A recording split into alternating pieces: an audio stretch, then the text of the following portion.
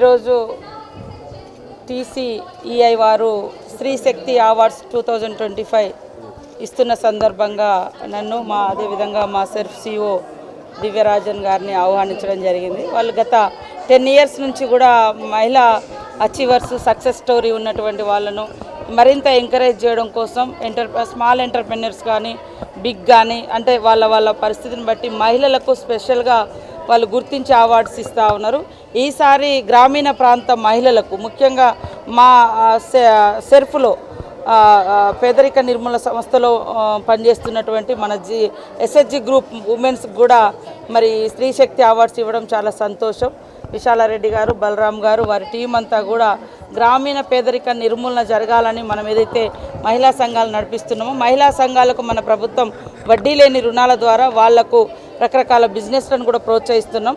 ఇందులో సక్సెస్ అయినటువంటి వాళ్ళలో మరి ఆ చర్యాల పెయింటింగ్స్ కానీ అదేవిధంగా ఆదిలాబాద్ గోండు మన జంగుబాయి తయారు చేసినటువంటి మవ్వా లడ్డు, ఇప్పపు లడ్డు కానీ అదేవిధంగా ఇతర పెయింట్స్కి సంబంధించి కానీ గ్రామీణ మహిళల యొక్క వాళ్ళకు కూడా 5గురిని సన్మానించడం చాలా సంతోషం. మహిళలు అవకాశాలు ఉంటే అన్ని రంగాలలో రాణించగలుగుతారు.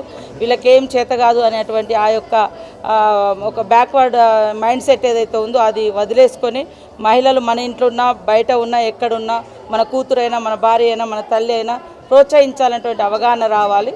ఈ యొక్క టీసీఐ వాళ్ళు దాదాపుగా 10 ఇయర్స్ నుంచి ఈ యొక్క అవార్డ్స్ ఇస్తూ మహిళల్ని ఎంకరేజ్ చేస్తున్నారు. వాళ్ళలో ఉన్నటువంటి సృజనాత్మకతను కూడా బయటికి తీస్తూ ఉన్నారు.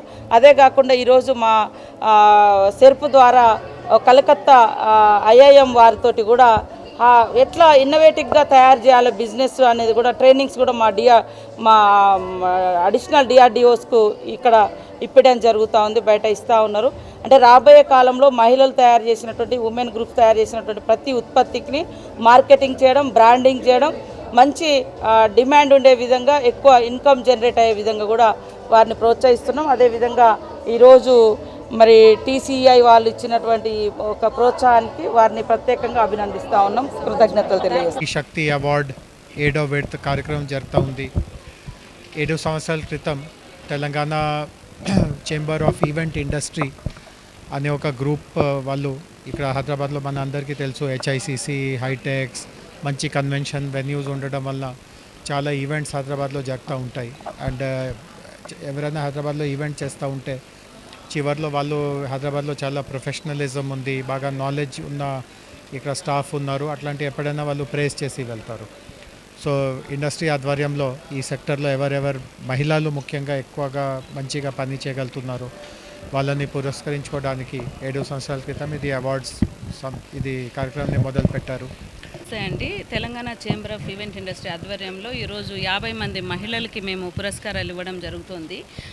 ఫస్ట్ టైం ఒక క్రియేటివ్ ప్యానెల్ డిస్కషన్ కూడా ఇందులో ఎవరైతే ఎక్స్పర్ట్స్ ఉంటారో వాళ్ళని తీసుకొచ్చి క్రియేటివ్ ఎకానమీ పైన ఒక ప్యానెల్ డిస్కషన్ కూడా చేయడం జరిగింది. ఈవెంట్ ఇండస్ట్రీ అంటే జస్ట్ ఈవెంట్స్ చేసేదే కాదు, చాలామంది కళాకారులకి, ఆర్టిస్టులకి, క్రాఫ్ట్స్ పీపుల్కి కూడా ఒక ప్లాట్ఫామ్ అనమాట.